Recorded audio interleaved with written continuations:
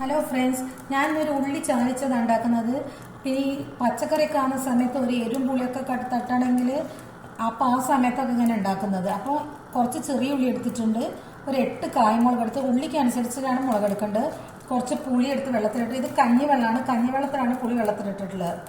ഈ കഞ്ഞിവെള്ളം ആവശ്യമാണ്. ആകെ ഇത്രയും സാധനം വേണ്ടു. ആദ്യം ഞാൻ വെളിച്ചെണ്ണയുടെ അകത്ത് ഈ ചുവന്ന മുളകൊന്ന് വാട്ടുന്നുണ്ട്.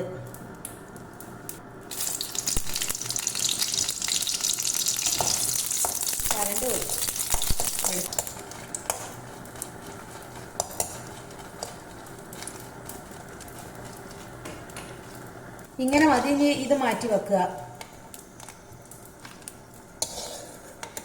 മുളക് എടുക്കുക. അല്ല കുറവ് മതിയെങ്കിൽ കുറച്ച് കുറയ്ക്കുക. എനിക്ക് നല്ല എരിവ് വേണ്ടതുകൊണ്ട് ഞാൻ കുറേ മുളക് എടുത്തിരിക്കുന്നു. ഇനി ഉള്ളി ഇതേപോലെ തന്നെ ഇട്ടിട്ട് വാട്ടുക. അതൊരു ചുവപ്പ്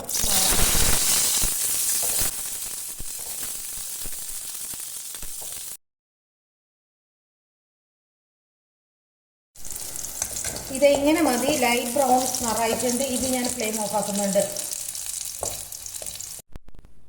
ചുവന്ന മുളക് കുറച്ച് കഞ്ഞിവെള്ളം ഒഴിക്കുക, എന്നിട്ടൊന്ന് എടുക്കുക. ഈ കായ്മുളക് കുറച്ച് കഞ്ഞിവെള്ളം ഒഴിച്ചിട്ട് ഒന്ന് ഒതുങ്ങിയാൽ മതി, അരഞ്ഞു പോകാൻ പാടില്ല. കുറച്ച് വെള്ളം ഒഴിക്കുക, കുറച്ച് ഉപ്പ് ഇടുക.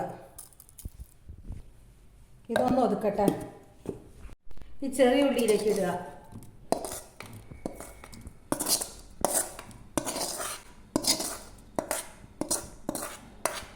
ഇനി ഇതും അതുപോലെ ഒന്ന് പിന്നെ ഇതൊന്നും ഒതുങ്ങാൻ പാടുള്ളൂ. പിന്നെ ഇത് ശരിക്കും അമ്മീമിലാക്കുന്നതാണ് നല്ല. ഞാൻ മിക്സിയിലാക്കിയോണ്ടാണ്, എങ്ങനെയാക്കിയാലും അങ്ങനെ തന്നെ വരുള്ളൂ. അമ്മീമിലാക്കിയാൽ നല്ല ടേസ്റ്റ് ഉണ്ടാവും. ഇനി ഉണ്ടാവുക, ഈ ഇതിലേക്ക് കുറച്ച് പുളിയില വെള്ളം ഒഴിക്കുക.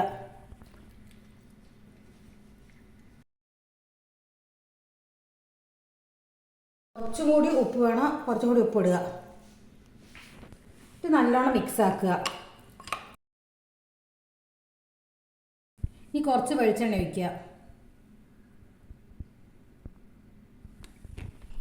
ഇത് നല്ലോണം മിക്സ് ആക്കുക.